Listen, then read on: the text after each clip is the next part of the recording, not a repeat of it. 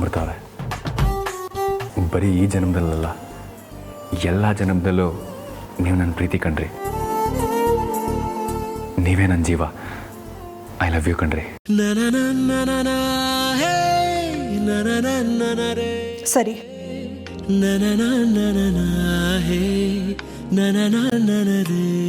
ಅಬ್ಬಾ, ಎಂಥ ಸ್ವಾರ್ಥಿರಿ ನೀವು. ನಾನು ಹೇಳಿದ್ದನ್ನು ವಾಪಸ್ ಹೇಳೋಕ್ಕೂ ಆಗಲ್ಲ ನಿಮಗೆ. ಸರಿ,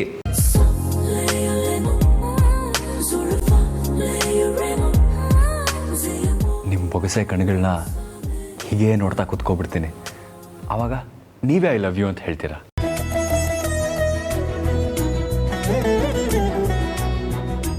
ಹಾಂ, ನಿಮ್ಮ ಬಾಯಿ ಹೇಗೆ ಬಿಡಿಸ್ಬೇಕು ಅಂತ ನನಗೆ ಗೊತ್ತು.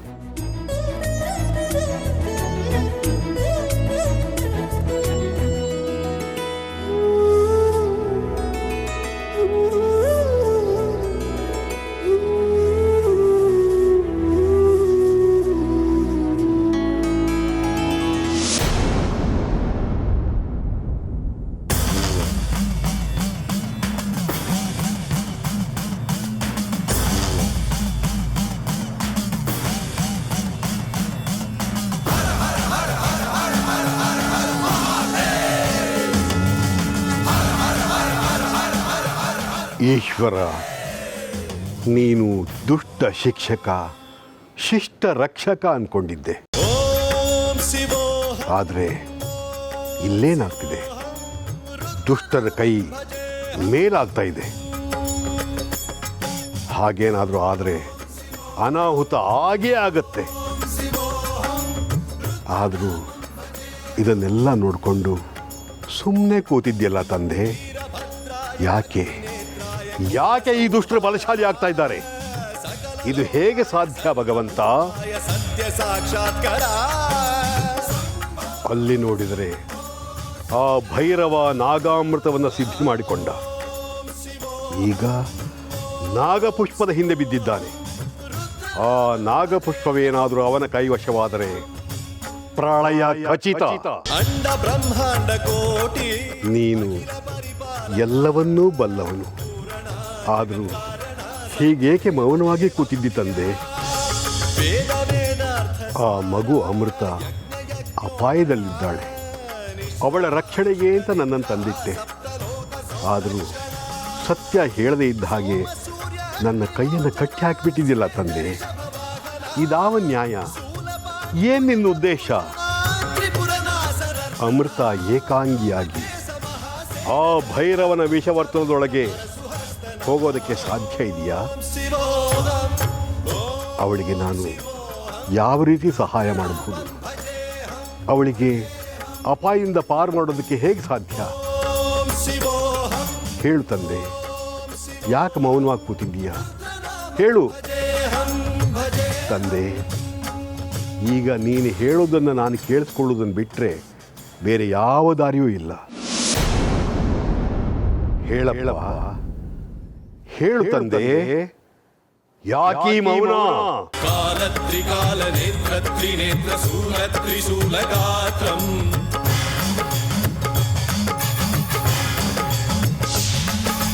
ಸತ್ಯ ಪ್ರಭಾವ ದಿವ್ಯ ಪ್ರಕಾಶ ಮಂತ್ರ ಸ್ವರೂಪ ಮಾತ್ರಂ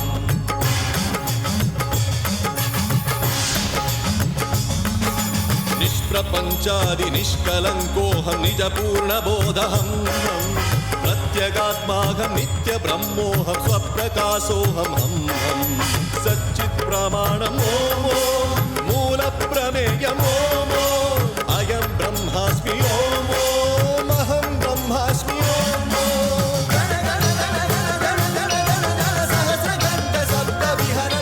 ಈಶ್ವರ, ಏನಪ್ಪ ನಿನ್ನ ಲೀಲೆ?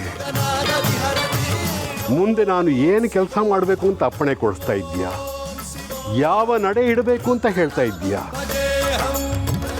ದೇವ, ಎಲ್ಲ ನಿನ್ನಿಚ್ಛೆ. ನಾನು ನಿಮಿತ್ತ ಮಾತ್ರ. ನೀನು ಅಂದುಕೊಂಡಂತೆ ನಡೆಯಲಿ ತಂದೆ. ಓಂ ನಮಃ ಶಿವಾಯ. ಓಂ ನಮಃ ಶಿವಾಯ.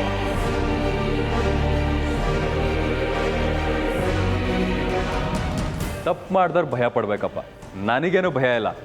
ಓ ಹಾಗಾದರೆ ರಾಜಾರೋಷವಾಗಿ ಭಯನೇ ಇಲ್ಲದೆ ತಪ್ಪು ಮಾಡ್ತೀರಾ ಅನ್ನಿ.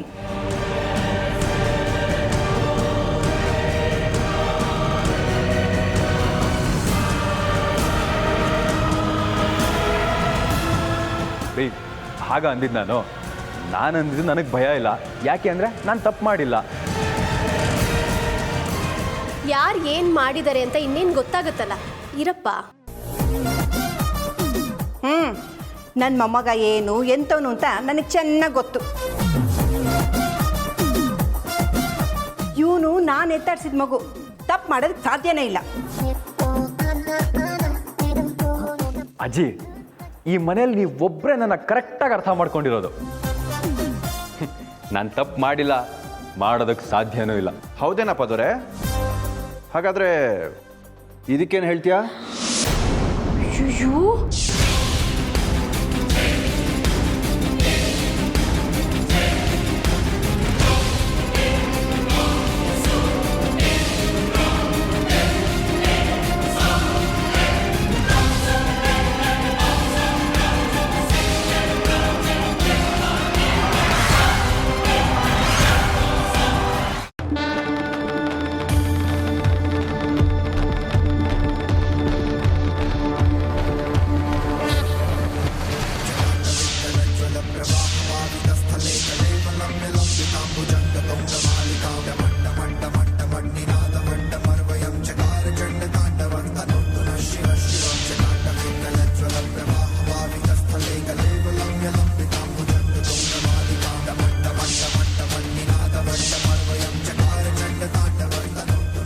ಜೈ ಮಹಾಕಾಲ. ಓಂ ನಾಗಚಂದ್ರಿಕಾಯ ನಮಃ. ಓಂ ನಾಗಪುಷ್ಪಾಯ ನಮಃ. ಓಂ ನಾಗಕಿಂಕೇ ನಮಃ. ಓಂ ಭೀಂ ಗ್ಲೀಂ ಕೀಂ ನಾಗಚಂಪಾಯ ನಮಃ.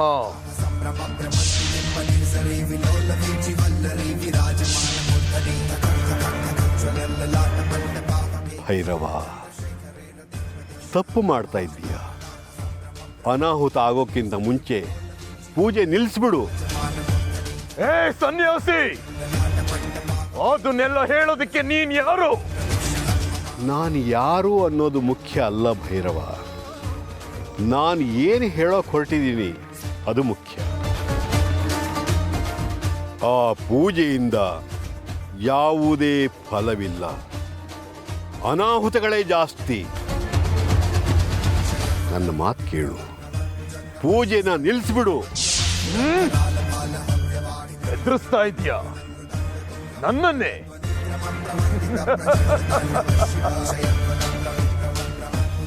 ಈ ಭೈರವನ ಹೆಸರನ್ನು ಕೇಳಿದ್ರೆ ಇಡೀ ಭೂಮಂಡಲನೇ ಗಡಗಡ ನಡುಗುತ್ತೆ. ಜೈ ಮಹಾಕಾಲ. ಮಂತ್ರದಲ್ಲಿ ನೀನು ನನ್ನನ್ನು ಹೆದರಿಸ್ತಾ ಇದೀಯ. ಪೂಜೆ ನಿಲ್ಸೋ ಮಾತೇ ಇಲ್ಲ. ಈ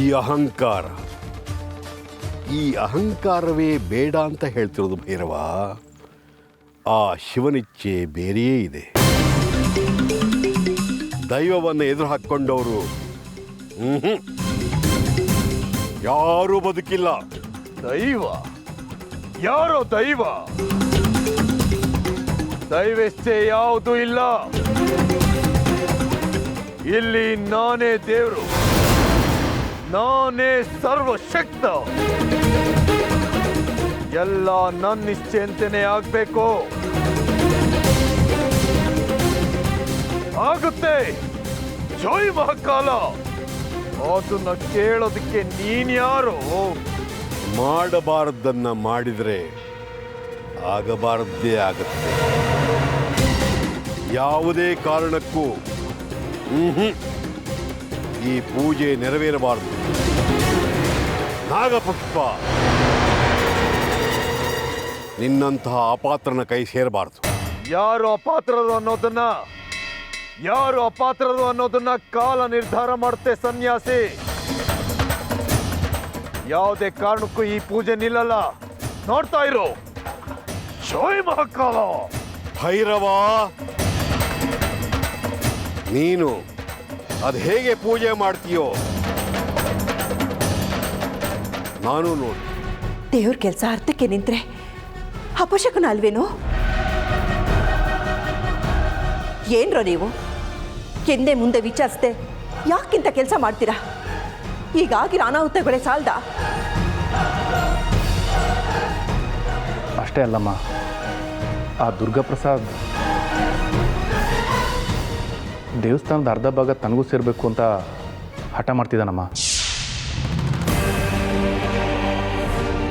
ದುರ್ಗಾಪ್ರಸಾದ? ದುರ್ಗಾಪ್ರಸಾದ್ ಅಂದರೆ? ಹ್ಞೂ ಅಮ್ಮ, ಅದೇ ದುರ್ಗಾಪ್ರಸಾದ್. ಓಹೋ, ಆ ಮಹಾನುಭಾವ ನಿನಗೆ ತುಂಬ ಹತ್ರದವನಲ್ವಾ? ಊರೆಲ್ಲ ಆತ್ಮೀಯ ಆತ್ಮೀಯ ಅಂತ ಓಡಾಡ್ಕೊಂಡಿರ್ತಾನೆ. ಯಾಕೆ? ಅವನೊಂದು ಮಾತನ್ನ ಕೇಳ್ಬೋದಿತ್ತಲ್ವಾ?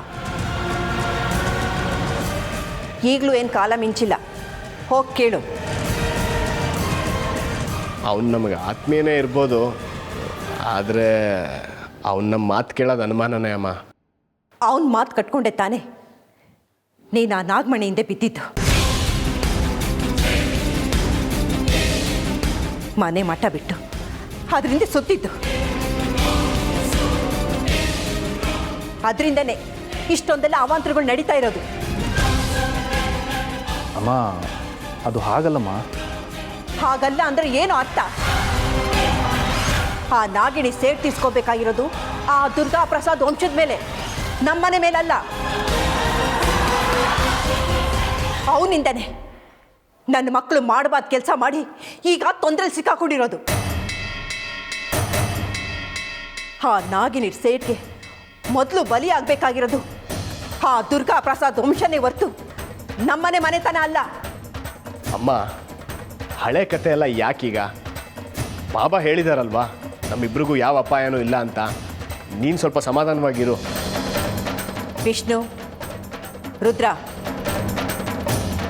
ನೀವು ಏನು ಮಾಡ್ತೀರೋ ನನಗೆ ಗೊತ್ತಿಲ್ಲ. ಯಾವುದೇ ಕಾರಣಕ್ಕೂ ಈ ದೇವಸ್ಥಾನದ ಕೆಲಸಕ್ಕೆ ಯಾವುದೇ ಅಡೆತಡೆ ಬರಬಾರ್ದು. ಇದು ನಿಮ್ಮಿಬ್ಬರ ಜವಾಬ್ದಾರಿ. ಶಿವಲಿಂಗ ನಿರ್ವಿಘ್ನವಾಗಿ ಪ್ರತಿಷ್ಠಾಪನೆ ಆಗಬೇಕು ಅಷ್ಟೇ. ನೋಡು, ದೇವರು 2 ಊರಿಗೂ ಸೇರಿದ್ದೆ. ಹಾಗಂತ ಊರಿನ ವಿಚಾರ ಇಟ್ಕೊಂಡು ದೇವ್ರ ಕೆಲಸಕ್ಕೆ ಯಾರಾದರೂ ತೊಂದರೆ ಮಾಡಕ್ಕೆ ಬಂದರೆ ನಾನು ಮಾತ್ರ ಸುಮ್ಮನಿರೋಲ್ಲ. ನನ್ನ ಅಸಲಿ ವರ್ಷ ಏನು ಅಂತ ಅವ್ರಿಗೆ ನಾನು ತೋರಿಸ್ಬೇಕಾಗತ್ತೆ. ಹುಷಾರ್.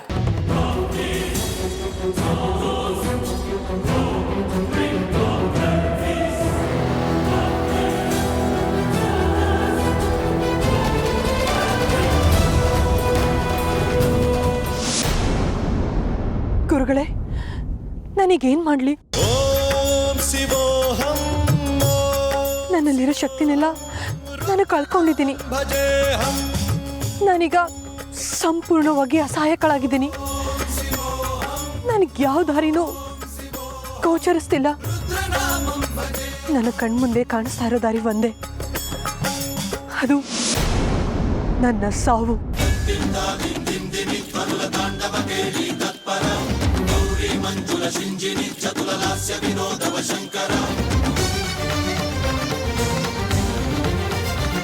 ಅಮೃತ,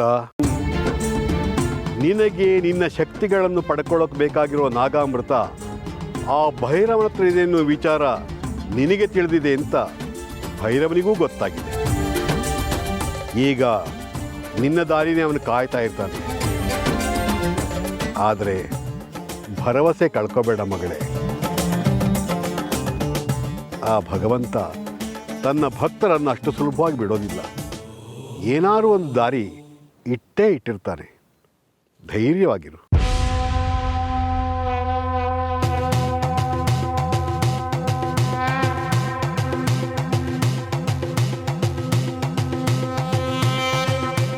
ಇನ್ನೆಲ್ಲಿ ಧೈರ್ಯ ಗುರುಗಳೇ? ನಾಗಪುಷ್ಪ ಆ ಮಾಂತ್ರಿಕನ ಕೈವಶ ಆಗ್ತಿದೆ ಅಂತ ಗೊತ್ತಾದ ಮೇಲೂ ಹೇಗೆ ಧೈರ್ಯ ತುಂಬಿಕೊಳ್ಳಿ ಹೇಳಿ ಗುರುಗಳೇ? ಹಾಗೇನಾದರೂ ಆಗ್ಬಿಟ್ರೆ ನಾಗಲೋಕದ ಎಲ್ಲ ರಹಸ್ಯಗಳು ಅವನಿಗೆ ಗೊತ್ತಾಗ್ಬಿಡುತ್ತೆ. ಅವನು ಎಲ್ಲರಿಗಿಂತ ಶಕ್ತಿವಂತನಾಗ್ತಾನೆ. ಕಾಲಗಮನ ಸತ್ಕಾರಣ ಆಗ ಅವನನ್ನು ಸೋಲ್ಸೋದಿಕ್ಕೆ ಯಾರಿಂದನೂ ಸಾಧ್ಯ ಇಲ್ಲ. ಹಾಗಂತ ಆ ದುಷ್ಟನ ಕೈಲಿ ಸಿಕ್ಕಿ ಸಾಯೋದಕ್ಕೆ ಸದ್ಯ ನೀವಾದರೂ ನನ್ನ ಕಷ್ಟನ ಅರ್ಥ ಮಾಡ್ಕೊಂಡ್ರಲ್ಲ. ಬರೀ ನೀನೇನು, ನಾನು ಈ ಮನೇಲಿ ಮೂಲೆ ಗುಂಪಾಗಿ ಯಾವುದೋ ಕಾಲ ಆಗೋಯ್ತು. ಯಾವಾಗ ಹೇಳ್ದೆ ಕೇಳದೆ ಮಯೂರಿನ ಓಡಿಸಿ ಆ ಅಮೃತನ ಕರ್ಕೊಂಡು ಬಂದರೋ ಅವತ್ತೇ ನನ್ನ ಮನಸ್ಸು ಮುರಿದೋಯ್ತು. ನಾನು ಬಿಡಿ ಅಜ್ಜಿ, ನೀವೀ ಮನೆಗೆ ದೊಡ್ಡವರು, ನಿಮ್ಗೆ ಈ ಮನೆಯಲ್ಲಿ ಸಿಗ್ಬೇಕಾಗಿದ್ದ ಗೌರವ ಕೂಡ ಸಿಗದೆ ಹೋಯ್ತಲ್ಲ ಅಜ್ಜಿ. ಬಂದಿದ್ದಾಳಲ್ಲ ಆ ದರಿದ್ರದವಳು, ಅವಳಿಂದನೇ. ಅಮೃತನಾ? ಬರೋದು ಬಂದ್ಲು, ಮೈ ತುಂಬ ಅಪಶಕನಗಳನ್ನ ಒತ್ಕೊಂಡು ಬಂದಿದ್ದಾಳೆ. ಛೀ, ಅದೇ ನಮ್ಮ ಮಯೂರಿ ಇದ್ದಿದ್ರೆ ಈ ಮನೆ ಕಳೆನೇ ಬೇರೆ ಇರ್ತಿತ್ತು ಕಣೆ. ಹಾಂ, ಹ್ಞೂ ಅಜ್ಜಿ, ನಾನಂತೂ ನಮ್ಮ ಮಯೂರಿನ ತುಂಬ ಮಿಸ್ ಮಾಡ್ಕೊಳ್ತಾ ಇದ್ದೀನಿ. ಯಾವಾಗಲೂ ಅಕ್ಕ ಅಕ್ಕ ಅಂತ ನಾನು ಹಿಂದೆನೇ ಸುತ್ತವಳು. ಪಾಪ ಈಗ ಅದು ಎಲ್ಲಿದ್ದಾಳೋ ಹೇಗಿದ್ದಾಳೋ. ಹ್ಞೂ ಚಿತ್ರ, ನನಗೂ ಅದೇ ಯೋಚನೆ. ನೀನೇನೇ ಹೇಳು, ಹೇಗಾದರೂ ಮಾಡಿ ಮಯೂರಿನ ವಾಪಸ್ ಮನೆಗೆ ಕರ್ಕೊಂಡು ಬರಬೇಕು. ಅದಕ್ಕೆ ನೀನು ನನಗೆ ಸಹಾಯ ಮಾಡ್ತೀಯಾ? ಹಾಂ, ಹ್ಞೂ ಅಜ್ಜಿ. ಅಜ್ಜಿ, ನಾನಿರೋದೇ ಇಂಥ ಮನೆ ಹಾಳು ಕೆಲಸ ಮಾಡೋಕ್ಕಲ್ವಾ? ಆದರೆ ಅದಕ್ಕೂ ಮುಂಚೆ ಹೇಗಾದರೂ ಮಾಡಿ ಅಮೃತನ್ನ ಈ ಮನೆಯಿಂದ ಓಡಿಸ್ಬೇಕು. ನಾಳೆಯಿಂದ ನಿನ್ನ ನಾಟ ಶುರು ಮಾಡ್ಕೊ. ಆ ಅಮೃತನ್ಗೆ ನೀನು ವರ್ಷಗಳನ್ನ ತಡೆಯೋಕ್ಕಾಗದೆ ಮನೆ ಬಿಟ್ಟು ಓಡೋಗ್ಬೇಕು. ಹಾಗೆ ಮಾಡು. ಓಹೋ, ನೋಡ್ತೀರಿ ಇನ್ಮೇಲೆ ಈ ಚಿತ್ರನಾಟ ಹೇಗಿರುತ್ತೆ ಅಂತ. ಚಿಕ್ಕೆ ಹೊಡೆಯೋ ಅಷ್ಟರಲ್ಲಿ ಅಮೃತ ಈ ಮನೆಯಿಂದ ಔಟ್. ಆತ್ರ ಪಡಬೇಡ ಕಡೆ. ನೋಡು, ಸಮಯ ತಗೋ, ಆದರೆ ಯಾರಿಗೂ ಅನುಮಾನ ಬರಬಾರ್ದು. ಅವಳಾಗವಳೇ ಮನೆ ಬಿಟ್ಟು ಹೋದ್ಲು ಅಂತ ಎಲ್ಲರೂ ತಿಳ್ಕೋಬೇಕು. ನಾವು ಓಡಿಸಿದ್ವಿ ಅಂತ ಯಾರಿಗೂ ಗೊತ್ತಾಗಬಾರ್ದು. ಹಾಗೆ ಮಾಡು. ಒಟ್ಟಿನಲ್ಲಿ ನನ್ನ ಮಯೂರಿ ಮನೆಗೆ ವಾಪಸ್ ಬರಬೇಕು. ನನ್ನ ಅರ್ಜುನನ ಪಕ್ಕ ಅವಳು ಹೆಂಡತಿಯಾಗಿ ನಿಲ್ಲಬೇಕು. ಅಷ್ಟೇ ಕಣೆ, ಅಷ್ಟೇ ನನ್ನ ಆಸೆ.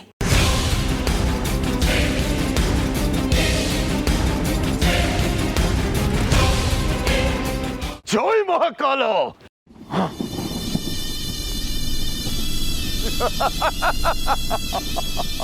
ಗೆದ್ದೆ, ನಾನ್ ಗೆದ್ದೆ. ಆ ಗಳಿಗೆ ಬಂದೇ ಬಿಡ್ತು. ಜೈ ಮಹಾಕಾಲ!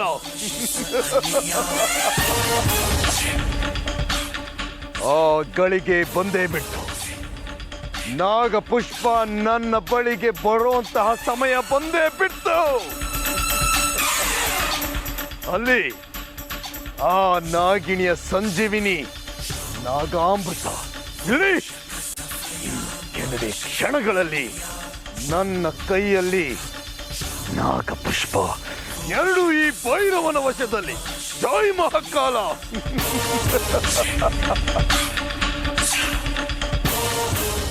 ಕಾನಿಷ್ಕ, ನಾನು ಹೇಳಿದ ಹಾಗೆ ತೋರ್ತಿದ್ದೀನಿ. ಇನ್ನು ನನ್ನನ್ನು ತಡೆಯೋದಕ್ಕೆ ಯಾರಿಂದಲೂ ಸಾಧ್ಯನೇ ಇಲ್ಲ. ನೀನ್ ಹೇಳಿದ ಹಾಗೆ ನಾಗಪುಷ್ಪನ ಸಿದ್ಧಿ ಪಡಿಸ್ಕೊಂಡಿದ್ದಾಯ್ತು. ಜೈ ಮಹಾಕಾಲ! ಬಾಬಾ, ಏನ್ ಹೇಳ್ತಾ ಇದ್ದೀರಿ?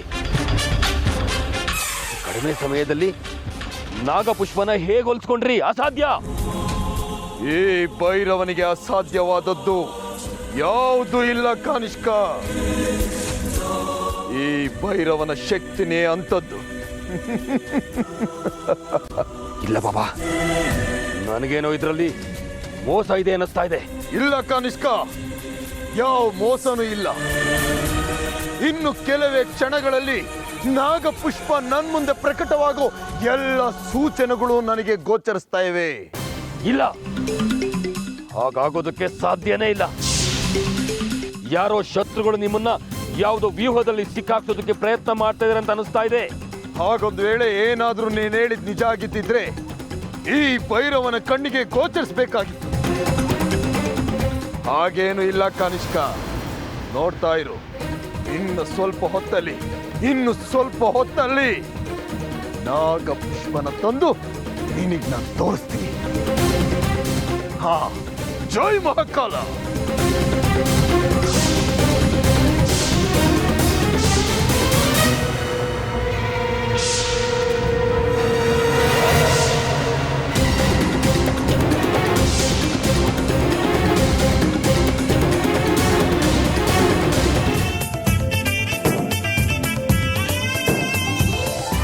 ಯಾಕ್ರಿ ಶಾಕ್ ಆಗಿದ್ದೀರಾ? ಹೇಗಿದ್ರು ಅದು ನಿಮ್ಮ ಫೇವ್ರೆಟ್ ಸ್ಪಾಟ್ ಅಲ್ವಾ? ಕುಣಿಯುವ ಹೃದಯವ ಕದರಿದೆ ನಾನು, ಎಂತಹ ಸಂತಸ ಕಂಡರ ನೀನು, ನಿನ್ನನೇ ನೋಡುತ್ತಾ ನಾ ಮರವೆ ಎಲ್ಲಾನು, ಇಂದಿಗೂ ಎಂದಿಗೂ ಈ ಚೆಲುವೆ ನನ್ನವಳು, ನಾನಿನ್ನ ಕಂಡ ದಿನವೇ.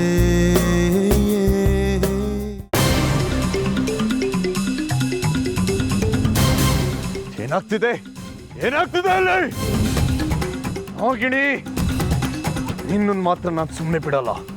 ನಿನ್ನನ್ನು ಮಾತ್ರ ನಾನು ಸುಮ್ಮನೆ ಬಿಡೋದೇ ಇಲ್ಲ.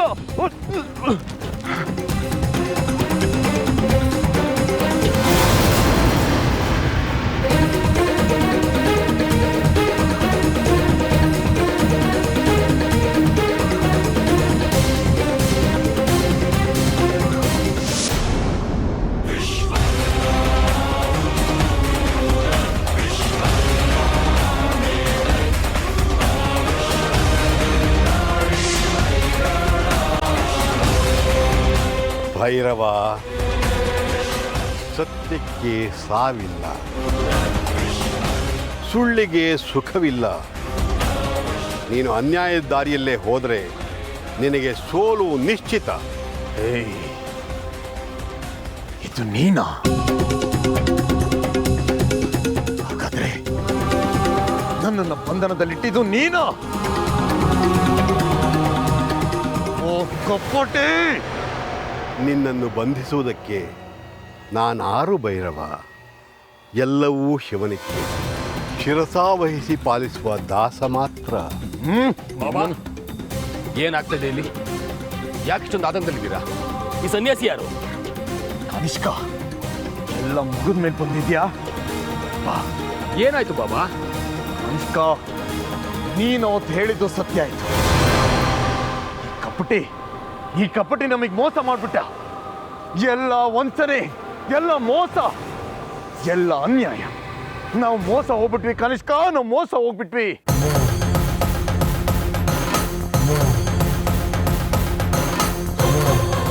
ಮೋಸ? ಯಾರು? ಹೇಗೆ? ಎಲ್ಲಿ? ಅಲ್ಲಿ ನೋಡು ಕನಿಷ್ಕ, ಏನೂ ಗೊತ್ತಿಲ್ದಿರೋ ಹಾಗೆ ನಮ್ಮ ಕಣ್ಣೆದುರುಗಡೆ ನಿಂತಿದ್ದಾನಲ್ಲ, ಕಪಟ ನಾಟಕ ಸೂತ್ರಧಾರಿ ಇವನು. ಇವನಿಂದನೇ ನಾವು ಮೋಸ ಹೋಗಿದ್ದು. ಆ ನಾಗಿಣಿ ಇವನ್ ಜೊತೆ ಸೇರ್ಕೊಂಡು ನಮ್ಗೆ ಮಣ್ಣು ತಿನ್ನಿಸ್ಬಿಟ್ಲು. ನಾನು ಕಷ್ಟಪಟ್ಟು ಸಂಪಾದನೆ ಮಾಡಿದ ನಾಗಾಮೃತವನ್ನ ನನ್ನ ಕಣ್ಣೆದುರುಗಡೆ ಹೊತ್ಕೊಂಡು ಹೋಗ್ಬಿಟ್ಲು ಆ ನಾಗಿಣಿ. ಕಾರಣ ಇವನೇ. ಮೋಸ ಹೋಗ್ಬಿಟ್ವಿ ಕನಿಷ್ಕ, ನಾವು ಮೋಸ ಹೋಗ್ಬಿಟ್ವಿ. ಇದು ಹೇಗೆ ಸಾಧ್ಯ ಆಯ್ತು ಬಾಬಾ?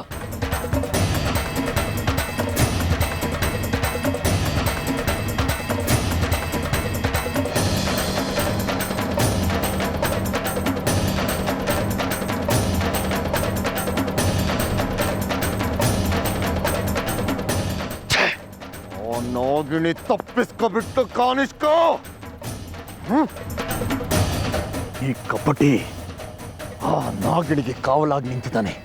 ಅಷ್ಟೇ ಅಲ್ಲ, ನಾವು ಮಾಡೋ ಎಲ್ಲ ಪ್ರಯತ್ನಗಳಿಗೆ ಅಡ್ಡಗಾಲ ಹಾಕಿ ಆ ನಾಗಿಣಿಗೆ ಸಹಾಯ ಮಾಡ್ತಿರೋದು ಈ ಕಪಟಿನೇ. ಯೋಚನೆ ಮಾಡಬೇಡಿ ಬಾಬಾ. ಆ ನಾಗಿಣಿನ ಹುಡುಕೋದು ನನ್ನ ಶಕ್ತಿಯಿಂದ ದೊಡ್ಡ ವಿಷಯ ಅಲ್ಲ. ಮೂರ್ಖ, ನಾಗಿಣಿ ನಾಗಾಮೃತವನ್ನು ಪಾನ ಮಾಡಿ ಆಗಿದೆ. ಇನ್ನು ಅವಳನ್ನು ಪತ್ತೆ ಮಾಡುವುದು ನಿಮ್ಮಿಂದ ಸಾಧ್ಯ ಇಲ್ಲ. ಈ ಭೈರವನಿಗೆ ಸವಾಲ ನೋಡೇ ಬಿಡ್ತೀನಿ. ಆ ನಾಗಿಣಿ ಈ ಭೈರವನ ಕಣ್ಣಿಂದ ಹೇಗೆ ತಪ್ಪಿಸ್ಕೊಳ್ತಾಳೆ ಅಂತ ನಾನು ನೋಡೇ ಬಿಡ್ತೀನಿ. ನಾಗಿಣಿಯ ಹುಡುಕಾಟ ಜಾರಿಯಲ್ಲಿರುತ್ತೆ. ನಮ್ಮ ಪ್ರಯತ್ನ ನಾವು ಬಿಡಲ್ಲ. ಅಯ್ಯೋ ಮೂಢ, ಅಷ್ಟರಲ್ಲಿ ನಾಗಮಣಿ ನಾಗಿಣಿಯ ಕೈ ಸೇರಿರುತ್ತೆ. ನಿಮಗೆ ನಿರಾಶೆಯೇ ಗತಿ. ಏ ಕಪಟಿ, ನಿಂತ್ಕೋ. ನೋಡಿಲ್ಲಿ, ನಾಗಲೋಕ ಮತ್ತೆ ಮನುಷ್ಯ ಲೋಕದ 2 ಅದ್ವಿತೀಯ ಶಕ್ತಿಗಳು ಒಂದಾಗಿವೆ. ಇನ್ನು ನಮ್ಮನ್ನು ತಡೆಯೋದಕ್ಕೆ ಯಾರಿಂದನೂ ಸಾಧ್ಯನೇ ಇಲ್ಲ.